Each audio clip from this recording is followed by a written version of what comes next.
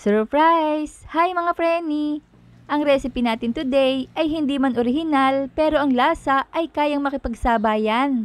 Itsura pa lang ay talaga namang ikay matatakam. Di lalo na kapag natikman. Huwag na nating padagalin yan.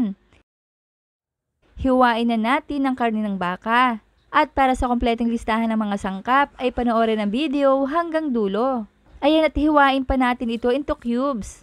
Yung iba ang binibili ay yung part ng beef kalitiran. Pero sa akin ay ayos na yung ganitong parts. Tapos na. Timbangin ko muna at para makita nyo rin ang tamang sukat. Ayan. Halos 700 grams beef sirloin ito. At napakaganda ng color ng ating beef. Direct na natin sa saucepan. At lagyan ng tubig.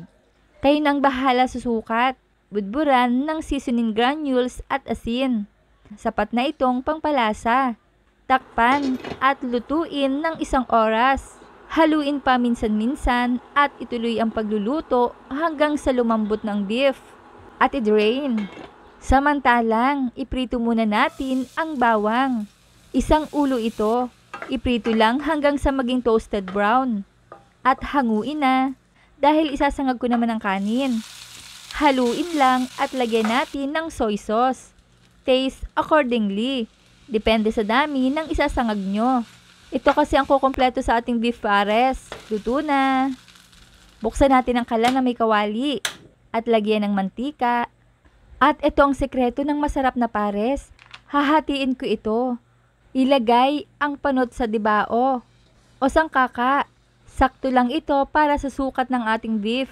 Lusawin lang natin sa medium flame lang. At kapag lusaw na, ilagay na ang pinalambot na beef.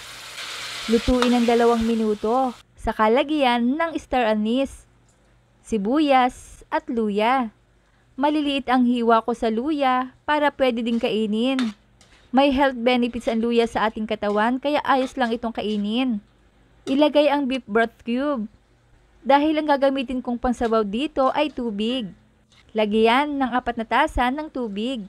At para naman unti-unti tayo magkakilanlan, mga taga saan kaya ang mga nakakapanood ng video ko? Share nyo naman dyan. Ika nga, spread love, not hate. Ayan, at haluin lang natin. At maglalagay pa tayo ng pampalasa sa ating sarsa. Soybean sauce o light sauce, ito mga preni. Pampalinamnam.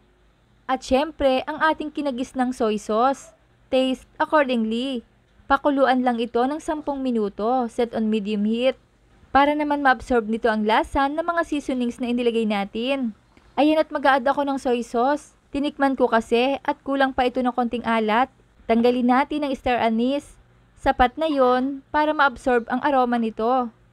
Ang bango na nga. At isa pang kukumpleto dito ang slurry upang palapot. Hindi pwedeng wala ito. Dahil ito ang magpapasaucy sa ating sabaw. Lutuin lang hanggang sa lumapot. At ayan na mga preni. Grabe ang bango talaga. At ang sarsa ay talagang ulam na. Ilipat sa isang serving bowl. Ayan, at bakit nga ba lagi ako nagpi-plating mga preni? Dahil kasi bahagi rin ito ng ating ginagawa. Paulan na ng scallions. Ayan, at alam nyo ba na kapag maayos ang pagpi-plating natin ay nakakatakam talaga. Gusto ko lang din na makita nyo ang outcome ng aking ginawa. Hindi man tayo magaling pero kahit paano may mga taong na-inspired sa ating ibinabahagi. Na kahit simpleng pamamaraan lang ay nakakatulong tayo. Ayan, at nagustuhan nyo ba mga preni ang reseping ibinahagi ko today? Sana ay nakatulong. At itry nyo na. Kaya i-like, i-share at i-follow nyo na ako. Para updated kayo sa mga reseping ibabahagi ko pa. Huwag kalimutan, cook with love. Thanks for watching. Bye-bye!